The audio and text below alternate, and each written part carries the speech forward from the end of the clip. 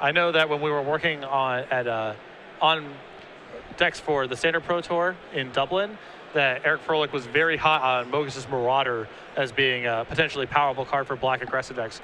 And you see it here in Jackson's list. Oh, yeah. This is very much from the Owen Turnwald school of mono black. This list has been floating around a little bit ever since he talked about it right around the time of Born of the Gods release.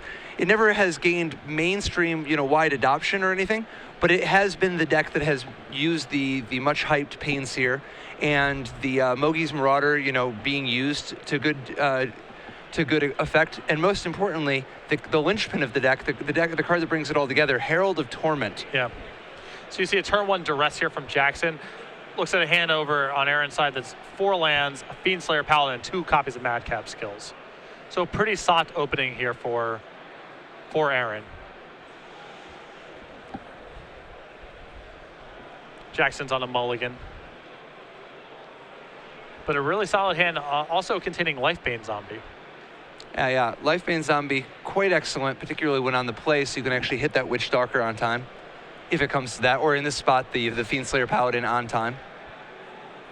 So this Aaron, is looking real good for Jackson. Yeah, Aaron has just drawn 2 lands here, so this Lifebane Zombie could be really powerful.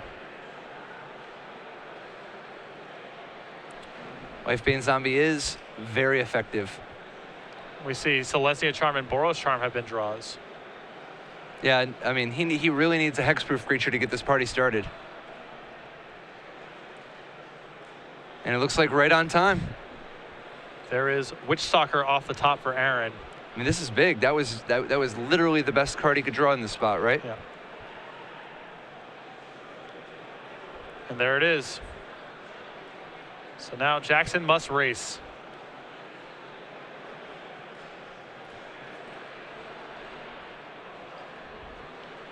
Plays a second copy of Mutavault. We're going to see a Mogis Marauder. We are. So this is 5 points of damage with Herald of Torment threatening next turn. So Jackson's pretty well suited to race as long as Aaron doesn't find something like Unflinching Courage. Although Aaron does have quite a bit of damage in his hand. Oh yeah, definitely. I mean, the fact that he's got the Boros Charm, Celestia Charm combo, I mean, once he throws a Madcap Skills on this creature, Madcap Skills is 6, that knocks Jackson to 14. Next turn, the combo is threatening 16 more. This is secretly a 1-turn clock, which means he's going to win by 1 turn if Jackson can't defend himself. So explosive. This Naya Hexproof deck is capable of just such big wins out of nowhere. Yeah. I mean, this is the first attack of the game for him, and he's threatening lethal next turn with a combination of cards in his hand. Wow, Boros Charm really is an incredible element of this hexproof strategy. Oh, it does so many powerful things. Now, what do you think about a card like the Mantle, the Dragon Mantle? They're not playing it, of course, but could they? I don't think there's enough red man. There's so many green-white duels in the deck, and even some basic forests in a lot of these lists. I don't think you can go that far. Gorecoin Rampager means he's even more set up to take advantage of double striking. Interesting.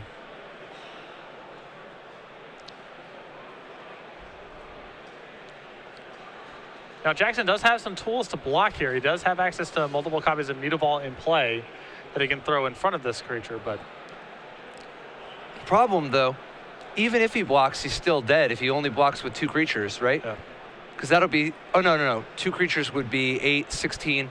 No, so he actually does live if Aaron has nothing else. And there's Herald of Torment.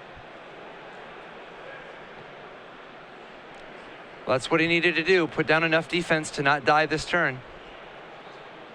He is threatening lethal. Now, one possibility, of course, is for Aaron to attack Celestia Charm, his own guy, and eat both the Marauder and the Herald of Torment.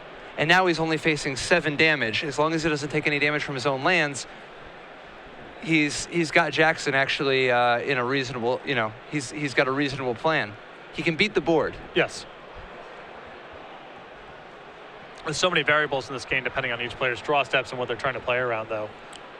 Now, do you think he does the double strike as well? Because if he does the Celestia Charm and the double strike, he'll knock Jackson to 3, but he won't have the Boros Charm as an option anymore. But are you gonna do better than just getting 8 damage out of the Boros Charm? Yeah, and furthermore, there's the issue of, you want to make sure that you're spending all of your resources, so if you draw something expensive and relevant next turn, you can cast that. So the last thing that Aaron wants to do is die with cards in his hand. And it looks like we are going to see the combination. There it is, Celestia Charm and Boros Charm. Now, one other possibility was to just use the Boros Charm for the indestructible, but I don't think you're getting, like, the Celestia Charm here provides just so much damage, you know? Yeah. Like, immediately Jackson is down into a spot where he is facing looming doom. Takes a draw. It is Devour Flesh. That's enormous. Wow, the swings back and forth. Doesn't get any better than that. Incredible. Very wisely doing it while Aaron is tapped out, not getting greedy and waiting for the fear of Celestia Charm coming down. Yeah, something could happen. If you're going to do it, make sure you do it right there, because you would not want that to get mucked up, as Jackson adds Rakdos Cackler as well. Now, the problem here is that even if he produces a blocker, he's facing 6 points of damage. I think Jackson's going to tie it up. Devour Flesh, we talked about this. This is this deck's Achilles heel. Yeah. And here comes a lethal attack from Jackson, and we go to game 3. Wow. That was a really sweet game. Well done. Definitely that was a good one. Done. Now, is there anything else that we're going to see besides Devour Flesh and Duress? Is it possible the Desecration Demon is a thing, just to have a giant body? I think it's a little bit too slow. I actually don't think it's unreasonable to bring in his single copy of Whip of Erebos here. Oh, sure, life gain. These are 2 ships passing in the night for the most part, outside of the occasional Devour Flesh or maybe a Celestia Charm being used as a blocker. Aaron's not going to really kill Jackson's creatures.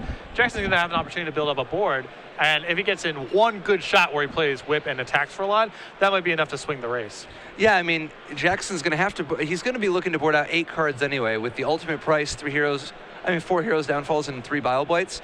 So with 8 cards needing to come in, 3 Duress and 2 Devour Flesh are pretty obvious, but the remaining 3 cards are probably some combination of, one, the Whip sounds like the next best option, and then either Desecration Demon or Erebos, God of the Dead. Erebos does gain a little bit of value when you're all permanents. You take out all your spells and you're just almost all permanents. This is true. It's probably not that challenging for Jackson to fulfill the devotion requirement because, again, his board's not going to be really contested here. Yeah, but then again, you're absolutely right. It's not at its best when you have to block with it, and they have stuff like Celestia Charm, and it doesn't actually, the card draw isn't particularly valuable. Yeah. But Desecration Demon or it, either way, just trying to fill in for some very mediocre removal. Aaron keeps it 7 and Jackson goes back. This is a matchup where I feel that Jackson has to mulligan fairly aggressively, as most of his normal draws that are just a curve of creatures, if Devour Flesh isn't involved, that's just not going to get it done against a good 7-card hand from Aaron. Wow, I mean, what do you make of this? 2 Naya Hexproof decks, 13-0 between the 2. Very few Devour Fleshes in the field. That's I think what a lot comes down to. This is awesome, seeing Standard be so dynamic. I mean, there's no question next week the Devour Fleshes are going to go, they're going to be climbing quite a bit. However, this week was the perfect week to strike for Naya Hexproof.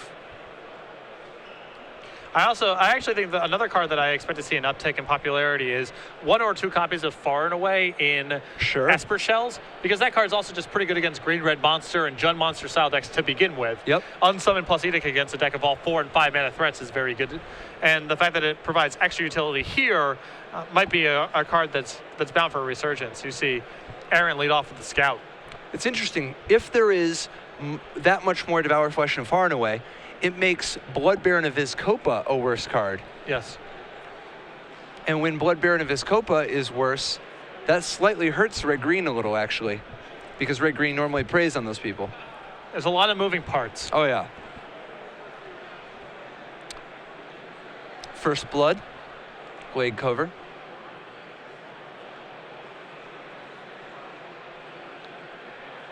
Is it just me, or is it a little ridiculous how close Stomping Ground and the Trust Temple... me. Hallowfound and Temple of Alignment. Go back to Ravnica, the original Ravnica block. Look at the number of dual lands and bounce lands that look the same. I mentioned this before. This is my crusade against their art direction. As you see Jackson here with a Thoughtseize, reveal Selesnya Charm, Gorkland Rampager, Ethereal Armor, 2 copies of Voice Research, no white mana yet for Aaron. Wow, this could be potentially real bad if he doesn't draw white in the next 2 turns. Jackson takes the Rampager. Has a second Thoughtseize. You think he's going to take the Ethereal Armor? Yeah, I mean, that seems to be the path. The other path he could have taken was take Voice, and I feel I can win a game against your pump spells. But once he takes the Rampager, I think he's on committing to he's saying I can win, against your Voices, but it's the creature enchantment plan that I'm worried about. There's 2 different paths that those Thoughtseize allow him to take. Yeah. And while he is putting a little bit of pressure on Aaron, it's actually, all things considered, not that much. I mean, he just blasted himself. Jackson down to 14, thanks to paying 4 life to have that information. And there's Herald of Torment. The biggest guy on the block right now. What do you think? Maybe that Glade Cover Scout is supposed to jump in front of the Herald? I mean, the Tormented hero. I think there's a reasonable argument because you don't need the second one really. Right, exactly. Maybe he wants it as Edict protection because he saw Devour Flesh last game. I don't know if you got that luxury though. Like you're kind of light on mana, and but I bet we see it this turn. Tormented Hero, and the Whip of Erebos is in Jackson's hand. Doesn't have the 4th mana yet, but when he does, stuff is going to get real. But Jackson in a fairly commanding position right now. Wow, this is huge. And he just gets in there for 7. There's Mogus's Marauder coming across, giving Intimidate and Haste to everything. That is not a legal block. Yeah, nothing in block, as they also have Intimidate. Another white card off the top for Aaron and Boros Charm. The struggle is real. And there's a concession. Extends the hand. Jackson Knorr, 2-1 over Aaron Key playing Naya Hexproof. Mono Black Aggro, another fringe, even a more fringe option than Naya Hexproof. In this matchup, if you're talking about your established decks versus your unestablished decks, Jackson's deck certainly the unestablished deck here, and he advances 7-0. Wow. What a great weekend for seeing the format evolve a little bit. We've been seeing a lot of successful decks do well, but as the day's been going on, it looks like the ones rising to the tippity top so far have been some of the upstarts. Yeah.